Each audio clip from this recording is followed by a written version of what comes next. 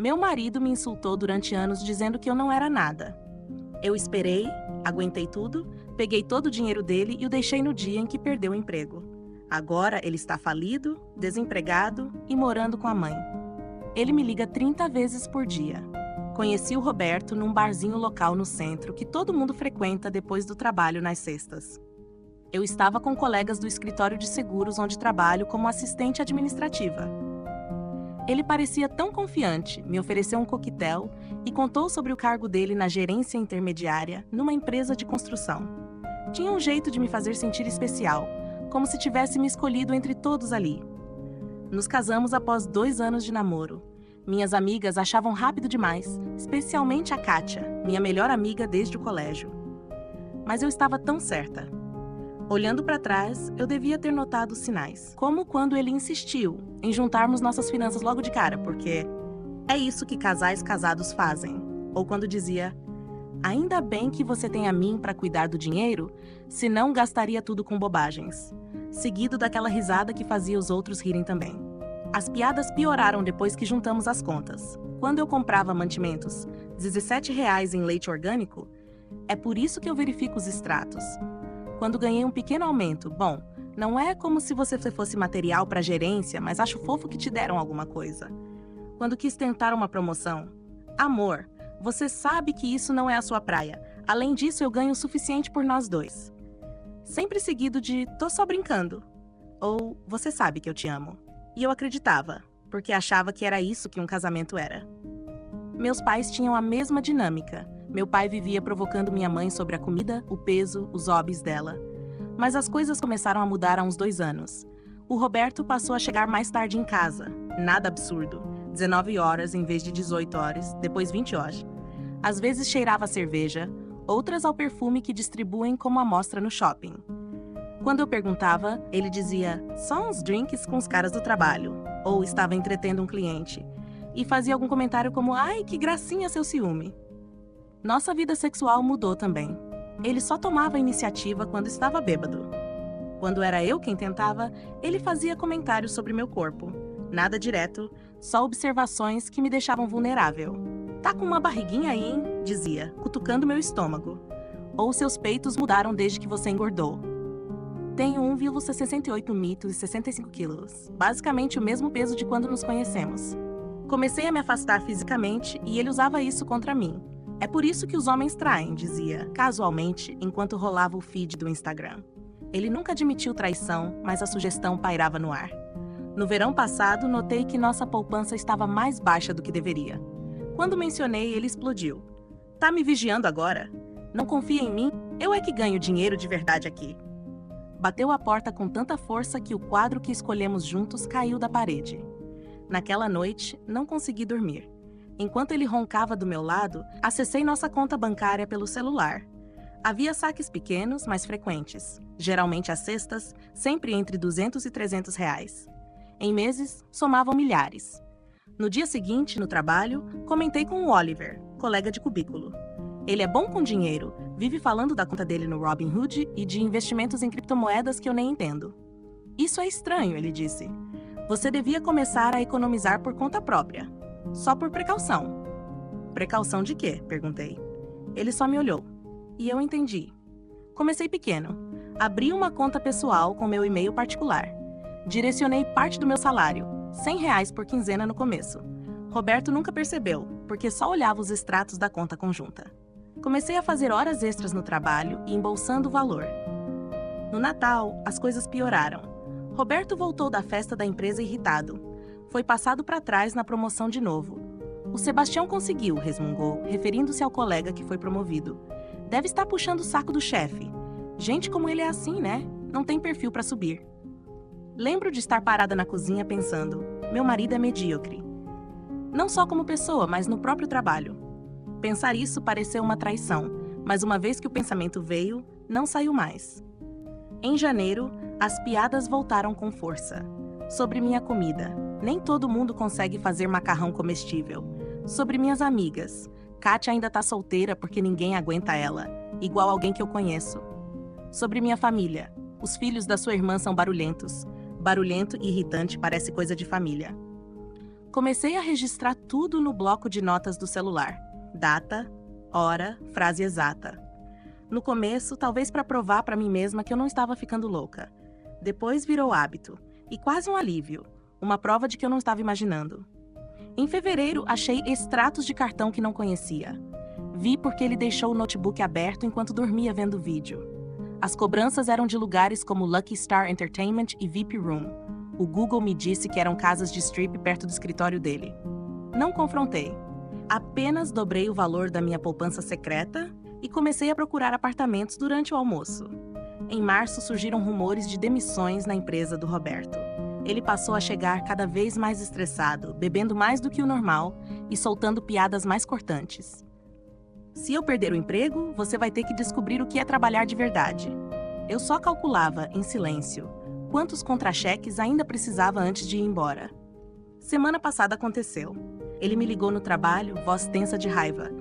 Me mandaram embora. O setor do Sebastião ficou. Cota de diversidade, provavelmente. Meu coração disparou enquanto ele continuava. Nem faz jantar, vou sair com os caras. Chegou em casa às 2 horas da manhã, cambaleando bêbado. Fingi que estava dormindo enquanto ele tropeçava pelo quarto, murmurando sobre esposas ingratas e como ninguém valoriza um homem que sacrificou tudo. Na manhã seguinte, ele dormia até o meio-dia. Enquanto isso, eu transferia o que restava da nossa poupança conjunta para minha conta secreta.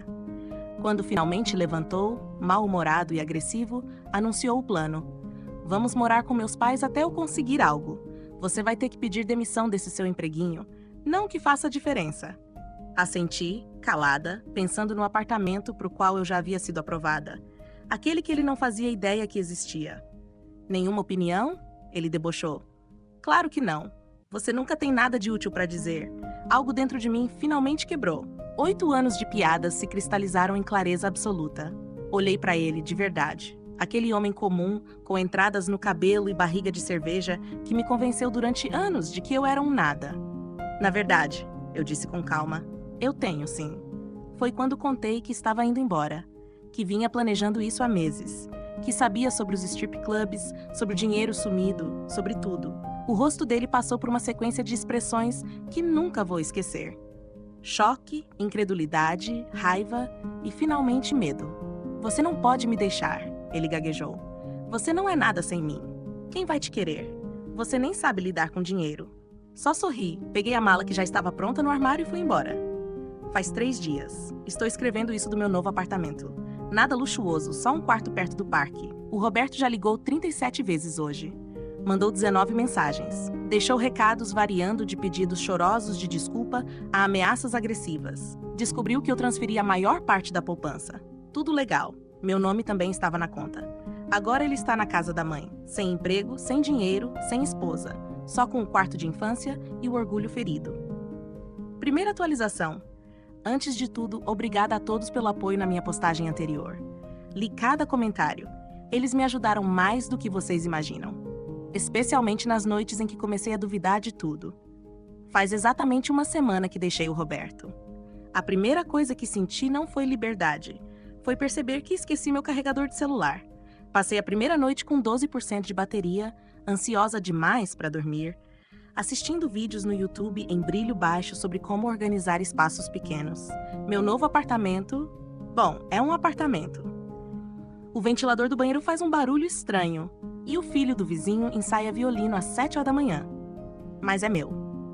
Ontem comprei uma cortina de banho nas lojas americanas, daquelas de tecido com franjinhas.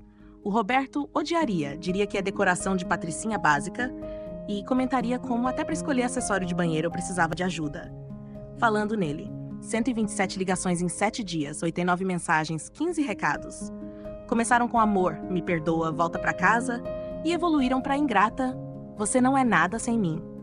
A última foi só ele respirando pesado por 2 minutos. Não respondi nenhuma, mas estaria mentindo se dissesse que não mexem comigo.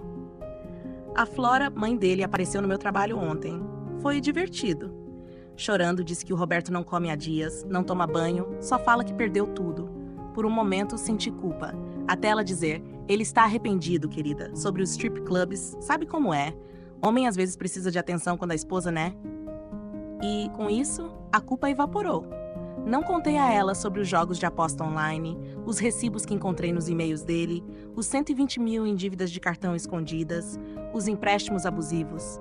Ela provavelmente ainda acha que fui a vilã que abandonou o pobre filho justo quando ele perdeu o emprego.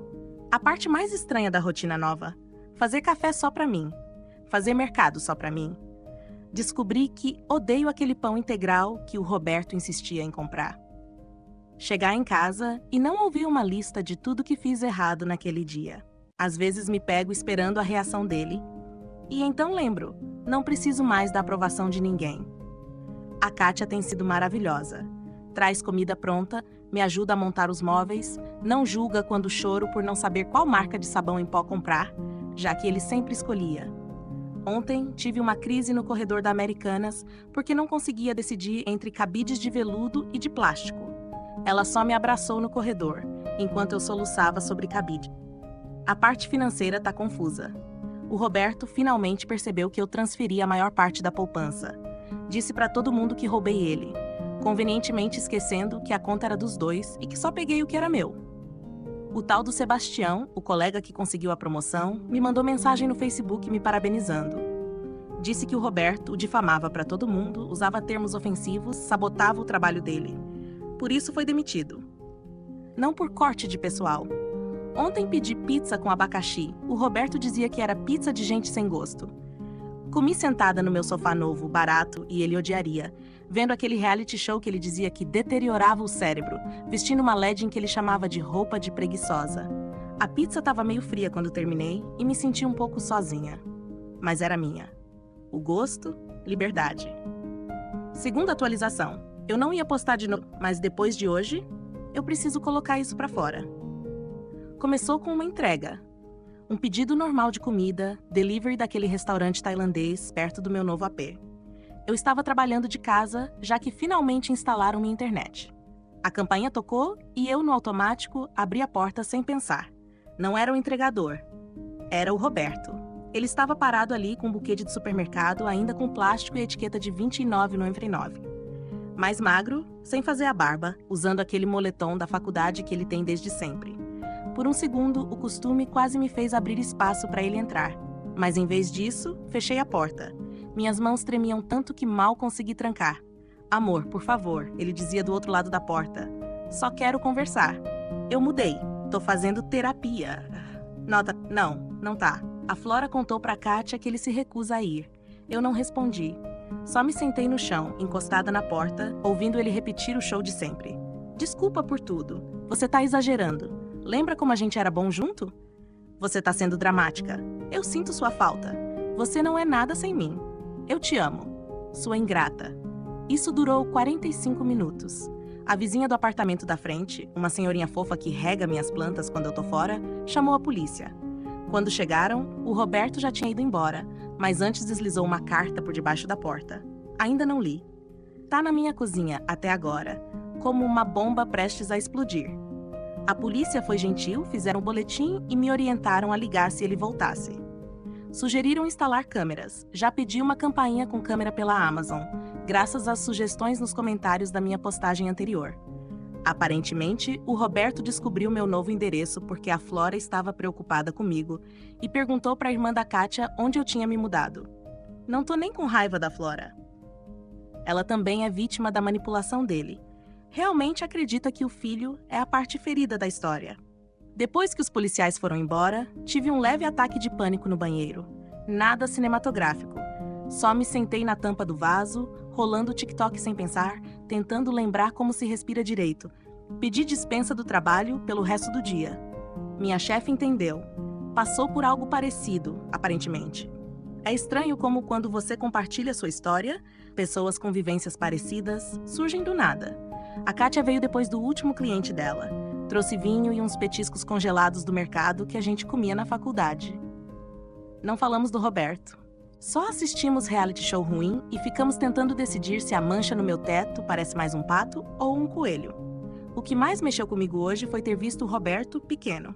Não de altura, mas como figura. Um homem que me fez sentir tão minúscula por anos, agora parecia insignificante. Não me entenda mal, eu ainda tenho medo. Ainda estou com raiva, ainda estou triste. Mas acima de tudo, estou cansada. Cansada de pular a cada notificação do celular. Cansada de olhar o retrovisor esperando ver o carro dele. Cansada de viver esperando o próximo desastre. Outras atualizações, troquei todas as senhas. Fiz minha própria conta na Netflix. Adeus, lista de assistidos por Roberto. Instalei a campainha com câmera. Valeu cada centavo. Comecei terapia de verdade, não a de mentirinha que ele dizia que fazia. Adotei uma gata no abrigo. O nome dela é Batata. Ela me julga o tempo todo. A parte mais estranha da cura são os momentos banais. Tipo perceber que eu ainda comprava os salgadinhos favoritos dele mesmo depois da separação e que eu nem gosto de sal e vinagre. Ou me pegar pedindo desculpa pra cafeteira quando esbarro nela. Ainda tô reaprendendo. Mas agora a vida é minha. Ontem fui no Pão de Açúcar me dar um mimo. Mac and cheese do balcão de comidas quentes. Sim, aquele meio gourmet, não me julguem. Estava ali, distraída, quando quase bati meu carrinho com o de outra pessoa. Era o Sebastião. Sim, aquele Sebastião. O cara que o Roberto culpou por tudo. Pela promoção, pela demissão, por supostamente arruinar a vida dele. Sabe aquele momento constrangedor em que você cruza com alguém que conhece, mas não sabe se deveria cumprimentar? Multiplica por 1000 quando essa pessoa é o ex-colega do seu ex-marido, que passou meses sendo alvo de difamação. Mas o Sebastião só sorriu e perguntou como eu estava. Acabamos tomando um café no Starbucks ali mesmo. E o que ele me contou? Bom, explicou muita coisa. O Roberto não foi demitido por corte de pessoal. Não foi porque o Sebastião roubou o lugar dele. Foi porque ele foi pego fraudando relatórios de despesas. Aquelas reuniões com clientes nos clubes de strip, ele estava colocando como despesas corporativas. Almoços de equipe que custavam centenas de reais, eram só ele, sozinho, apostando em jogos no bar. A empresa até tentou ajudar. Deram a opção dele devolver o dinheiro e aceitar uma demissão voluntária com rebaixamento de cargo. A resposta dele? Um ataque verbal sobre como Sebastião queria destruí-lo. Chegou a fazer ameaças que o RH não pôde ignorar. O Sebastião até me mostrou os prints das mensagens que o Roberto mandou depois da demissão. Ofensivas, ameaçadoras, cheias de xingamentos. Ah, e lembra daquela fofoca de que o Sebastião e eu estávamos tendo um caso? Nunca havíamos nem conversado antes de ontem. Sentei ali, com meu café esfriando nas mãos, percebendo que o homem com quem fui casada era ainda mais estranho para mim do que eu imaginava. Outras novidades. A Batata, minha gata, decidiu que 3 horas da manhã é o horário ideal para treinar parkour. Já aceitei. Finalmente li a carta que o Roberto deixou. Levei para terapia antes. 8 páginas entre pedidos de desculpa e acusações. Um clássico dele. Comecei a fazer yoga com vídeos do YouTube na sala. O Roberto dizia que yoga era coisa de gente burra que não sabe fazer exercício de verdade. Encontrei um diário antigo, da época em que começamos a namorar. Doloroso, mas revelador. Tem uma entrada inteira sobre como passei 3 horas fazendo o prato favorito dele depois de ele dizer que eu cozinho como quem odeia comida. A Flora me ligou ontem. Começou com o mesmo discurso de sempre. O Roberto não come, chora o dia todo. Mas aí ela disse uma coisa que me paralisou. Eu devia ter enxergado antes. Ele é igual ao pai. Acontece que o pai do Roberto não saiu de casa para buscar melhores oportunidades, como ele dizia. Saiu depois de apostar todas as economias da família e estourar cartões no nome da Flora. História se repete mesmo. E quer saber? Eu não tô mais com raiva. Não de verdade. O que eu sinto é estranho, tipo quando você tira um sapato apertado que usou o dia inteiro. A dor pra na hora, mas a marca na pele ainda tá lá. Leva um tempo pra sumir. Coisas que mudaram em 3 meses. Posso assistir o que quiser na TV sem ouvir piadinhas. Minha conta do mercado caiu pela metade. Descobri que não preciso de barrinhas de proteína de 20, nem de energéticos caríssimos. Durmo a noite toda, quase sempre. Comprei plantas. Ainda não matei nenhuma. Voltei a rir de verdade. Não aquele riso contido que o Roberto achava mais feminino. Coisas que ainda não mudaram. Ainda olho o retrovisor toda vez que dirijo. Ainda pulo quando o celular vibra. Ainda peço desculpa por tudo, o tempo inteiro. Ainda travo nas decisões mais simples. E às vezes ainda sinto falta dele, de forma estranha. Tipo quando vejo o cereal favorito dele em promoção. Antes de ir embora, o Sebastião me deu o cartão dele. Não foi em tom de flerte. Ele é casado, feliz com a esposa há 5 anos. Foi só como alguém que entende. Estava no Carrefour outro dia, escolhendo caixas organizadoras de plástico. Aparentemente, ser adulta significa se empolgar com coisas de organização quando ouvi uma voz atrás de mim. Essas aí não prestam. As tampas racham fácil. Virei e lá estava ela. Flora, minha ex-sogra.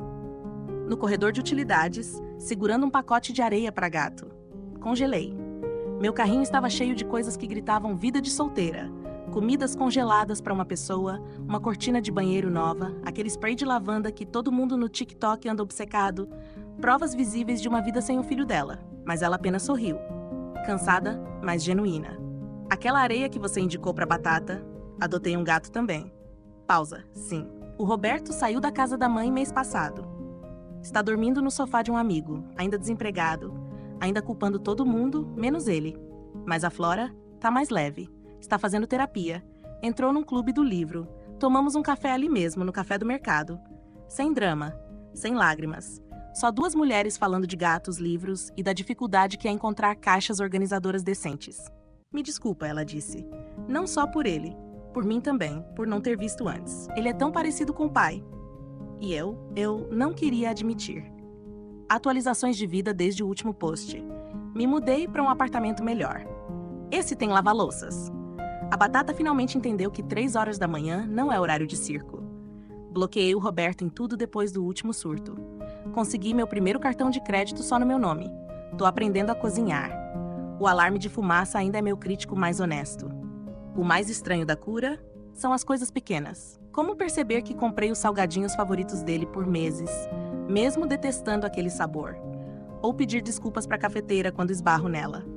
Pequenas vitórias que parecem enormes. Pedi comida sem verificar o preço 3 vezes.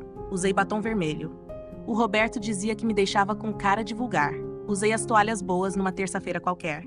Liguei para minha mãe sem ensaiar antes o que ia dizer. Ainda tenho dias ruins. Ontem, quase tive uma crise de ansiedade no corredor de higiene bucal.